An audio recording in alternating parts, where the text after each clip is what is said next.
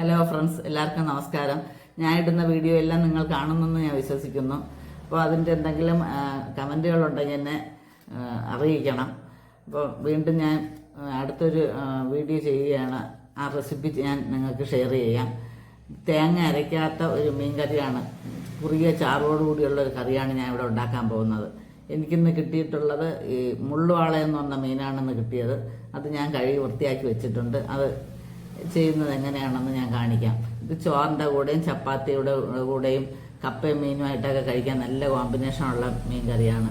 അപ്പോൾ നമുക്ക് ആ വീഡിയോയിലേക്ക് പോകാം. ഒരു മുള്ളുവാള കൊണ്ടൊരു കറി ഉണ്ടാക്കാൻ പോകുന്നതാണ്. തേങ്ങ അരയ്ക്കാതെ ഉള്ള കറിയാണ്. അപ്പോൾ അതിൻ്റെ ആവശ്യത്തിന് ചെറിയ ഉള്ളി, ഒരു 20 ചെറിയ ഉള്ളി എടുത്തിട്ടുണ്ട്. ഒരു 10 വെളുത്തുള്ളി അല്ലിയുണ്ട്.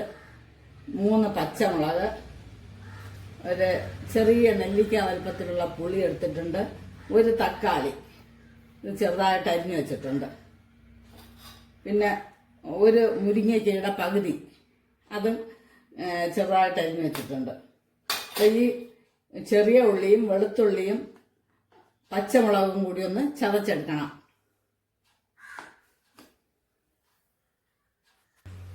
ഇതിൽ ചെറിയ ഒരു കഷ്ണം ഇഞ്ചി കൂടെ ചതച്ചെടുക്കാനുണ്ട്. ഇതെല്ലാം കൂടി ഒന്ന് ചതച്ചെടുക്കട്ടെ.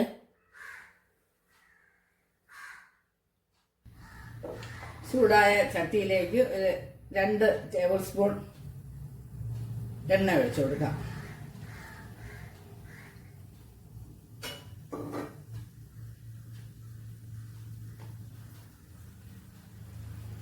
എന്നിട്ട് കറിവേപ്പില ഇടാം.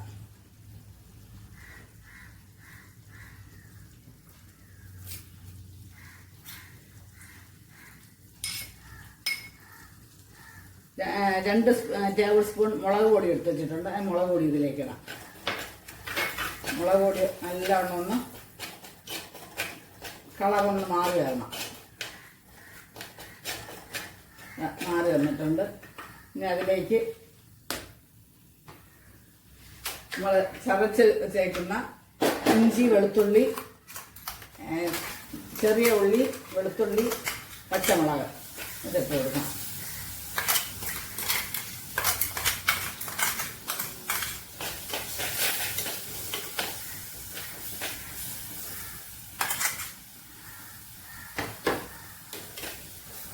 ഇതൊന്ന് അതിൻ്റെ പച്ചച്ചോയ ഒന്ന് മാറി വരണം.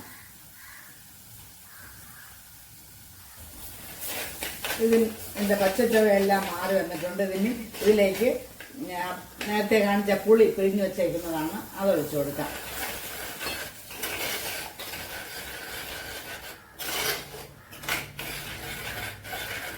ഇത് നല്ലവണ്ണം തിളച്ചതിന് ശേഷം നമുക്ക് ഈ അരിഞ്ഞ് വെച്ചേക്കുന്ന മുരിങ്ങയ്ക്ക് മുളകും ഇട്ട് കൊടുക്കാം.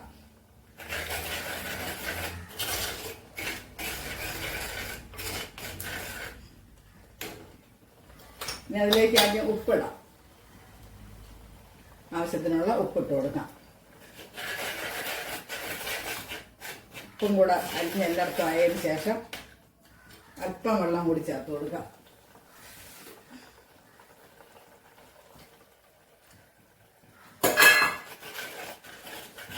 ഇതുകൂടി നല്ലവണ്ണം തിളയ്ക്കട്ടെ.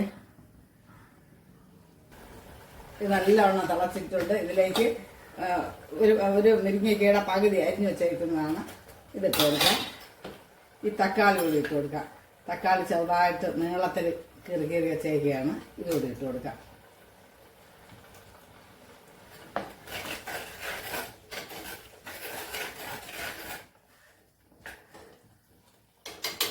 തിളച്ച് കഴിഞ്ഞ് ഞാനിപ്പം ഉലുവാപ്പൊടി ഇട്ട് കൊടുക്കാം.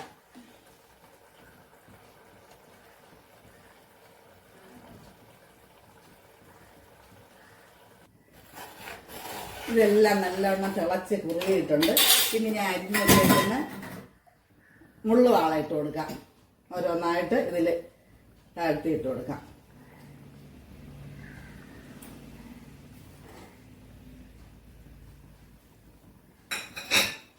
അപ്പോൾ ഇതിനുള്ള എല്ലാ ചേരുവകളും ആയിട്ടുണ്ട്.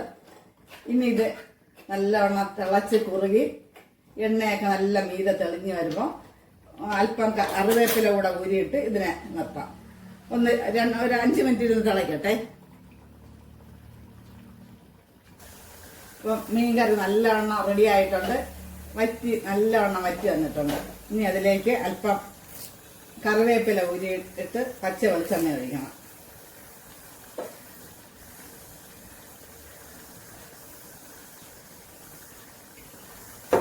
ഇപ്പോൾ മുള്ളുവാള കറി എല്ലാം റെഡി ആയിട്ടുണ്ട്. അപ്പോൾ മീൻകറി എല്ലാം നല്ല റെഡി ആയിട്ടുണ്ട്. കുറച്ച് കപ്പയും വെച്ച് ഉണ്ടാക്കിയിട്ടുണ്ട്. അപ്പോൾ കപ്പയും മീനും കൂടി കഴിക്കാം.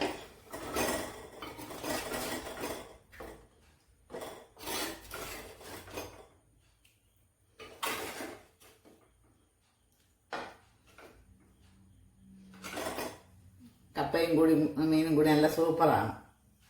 നല്ല വെന്ത കപ്പയും തുപ്പുവാളയുമാണ്. മുള്ളുവാളയെന്നും പറയും. കുറച്ച് മുള്ളാണിത്, കഴിക്കാൻ ബുദ്ധിമുട്ടാണെങ്കിലും നല്ല ടേസ്റ്റുള്ള മീനാണ്. അപ്പോൾ ഇത് രണ്ടും കൂടി ഒന്ന് കഴിക്കാം. നന്നായിട്ടുണ്ട്. കപ്പയും മീൻകറിയും കൂടെ നല്ല സൂപ്പറാണ്.